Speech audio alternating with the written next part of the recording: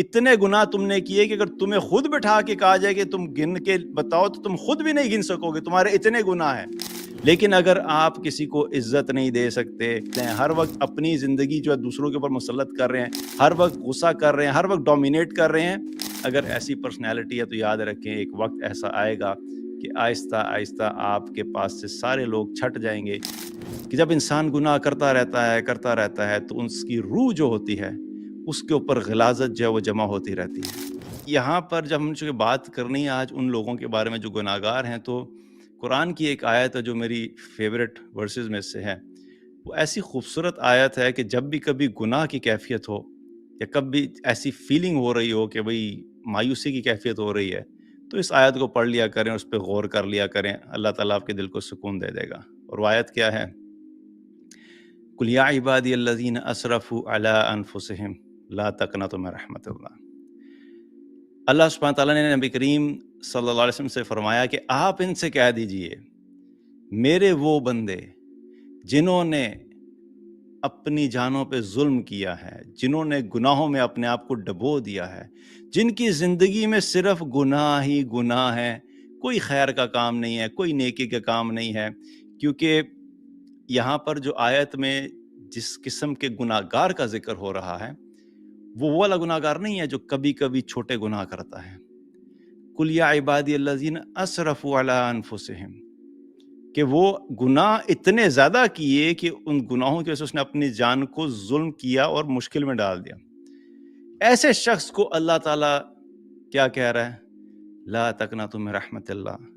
ٹھیک ہے، تم نے گناہ کیے، تم نے جھوٹ بولا، تم نے غیبت کی، تم نے چغلی کی، تم نے زنا کیا، تم نے شراب پی، تم نے حرام دیکھا، تم نے حرام کھایا، تم نے حرام سوچا، تم نے حرام بولا، تم نے حرام پیا، ہر چیز تم نے کی۔ لیکن ایک چیز یاد رکھو، ان تمام گناہوں کے باوجود تم اللہ کی رحمت سے مایوس مت ہونا۔ قل یا عبادی الذین اسرفوا علی انفسہم لا تقنطوا من رحمت اللہ ان اللہ یغفر الذنوب جمیعا۔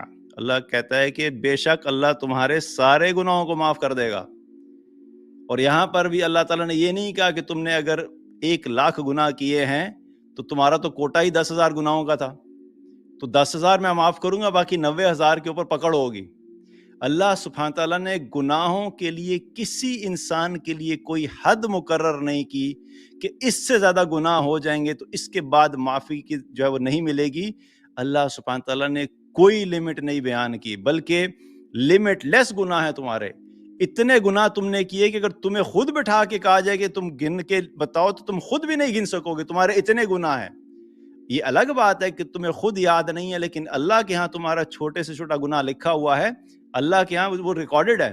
لیکن تم نے اگر اتنے گناہ کیے تو اتنے گناہ کرنے کے بعد بھی تمہیں کام کرنا، اپنے رب کی رحمت سے مایوس مت ہونا۔ بے شک وہ سارے کے سارے معاف کر دے گا۔ اور وہ کیوں معاف کر دے گا؟ انہ هو الغفور الرحیم، کیونکہ وہ ہے ہی معاف کرنے والا، وہ ہے ہی رحم کرنے والا۔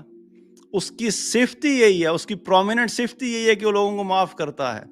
تو جو بات میں کر رہا تھا کہ 2 طرح کے لوگ ہوتے ہیں، کبھی ایسا ہوتا ہے کہ ایک شخص شدید غصے میں ہوتا ہے اور کبھی کبھی نرمی کا مظاہرہ کرتا ہے۔ تو ایسے شخص کے بارے میں کیا ہوتا ہے؟ انسان ایسے شخص سے دور بھاگتا ہے کہ بھائی یہ کبھی کبھی نرمی کرتا ہے لیکن یہ اکثر جو ہے غصے میں رہتا ہے۔ تو ایسا شخص کسی کو بھی پسند نہیں ہوتا اور کوئی بھی ایسے شخص کے قریب رہنا نہیں چاہتا۔ تو جن لوگوں کو بہت زیادہ غصہ ہر وقت آتا ہے انہیں اپنے اوپر فوکس کرنے کی ضرورت ہے۔ یاد رکھیے اٹس اے ہیومن نیچر کہ جہاں پر کسی انسان کو محبت ملتی ہے، شفقت ملتی ہے، نرمی ملتی ہے، ریکگنیشن ملتی ہے، عزت ملتی ہے، احترام ملتا ہے، اس کو اپنی رائے کا احترام ملتا ہے، اس کو امپورٹنس کا احساس ہوتا ہے، تو ایسے شخص کے ساتھ ہر بندہ جو ہے وہ رہنا پسند کرتا ہے، اس کے قریب رہنا پسند کرتا ہے۔ تو اگر لوگ قریب نہیں آ رہے یا لوگ قریب نہیں رہتے تو سوال اپنے آپ سے پوچھیں کہ میرے اندر کیا خرابی ہے کہ میں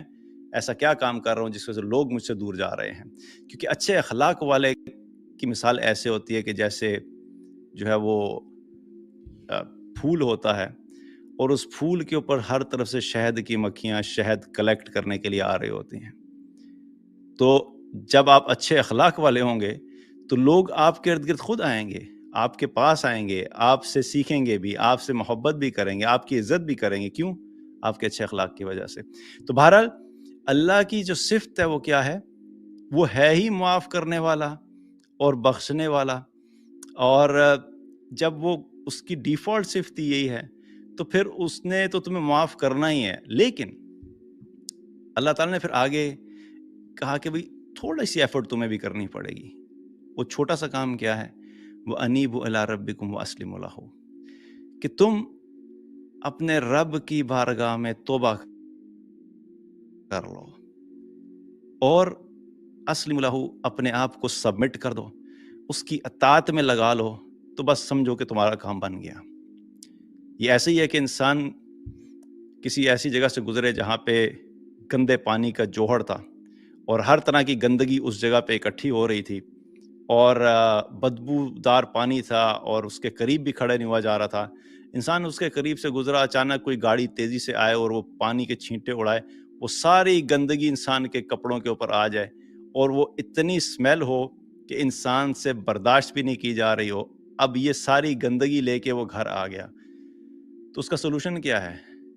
کہ وہ گندے کپڑے اتار کے پھینک دو، جا کے غسل کرو، نہاؤ، صاف کپڑے پہنو، خوشبو لگاؤ، تو تم بالکل ایک مختلف زندگی دوبارہ سے گزارو گے.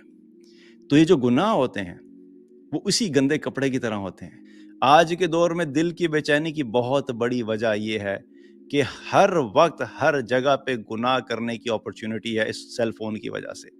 اگر انسان سارا دن اپنے گھر میں بھی بیٹھ جائے نا کہ میں نے آج فیصلہ کیا کہ میں گھر میں بیٹھوں گا تاکہ مجھ سے کوئی گناہ نہیں ہو، تو میں یہ سمجھتا ہوں کہ شاید یہ زیادہ خطرناک کام ہے آج کے دور میں.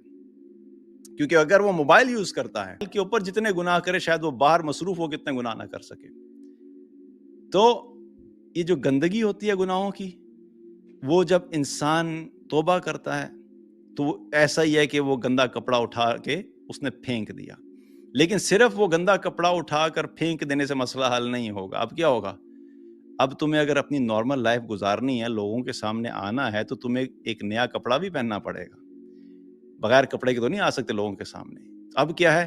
اب تم ایک صاف ستھرا کپڑا پہنو، اس پہ خوشبو لگاؤ، تمہیں خود بھی اچھا محسوس ہوگا، تمہارے ارد گرد جو لوگ ہوں گے وہ بھی تمہاری خوشبو سے جو ہے وہ ان کو بھی ایک اچھی فیلنگ آئے گی.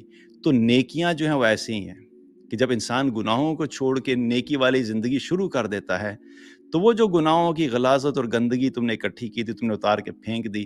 اب تم نے ایک نیا خوشبودار جوڑا پہنا ہے، وہ اللہ کی اطاعت کا ہے.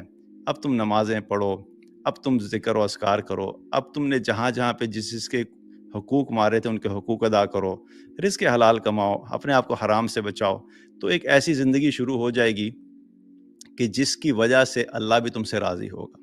تو یہ دو کام تمہیں کرنے ہوں گے: توبہ کرو پچھلی زندگی پہ، ان گناہوں کو اللہ معاف کر دے گا، اور نئی زندگی اللہ کی اطاعت والی شروع ہو رہی. دونوں چیزیں امپورٹنٹ ہیں. تو اللہ سبحانہ تعالیٰ یہ کن کو بتا رہا ہے؟ اپنے گناہگار بندوں کو ایک ایکشن پلان دے رہا ہے کہ جیسے بھی ہوا جو بھی ہوا چلو کوئی بات نہیں، لیکن اب تم نے آگے جو ہے نا تمہارا جو وے فارورڈ ہے وہ یہ ہے، تم کرو، تم اللہ کو جو ہے وہ بڑا بخشنے والا اور بڑا مہربان پاؤ گے.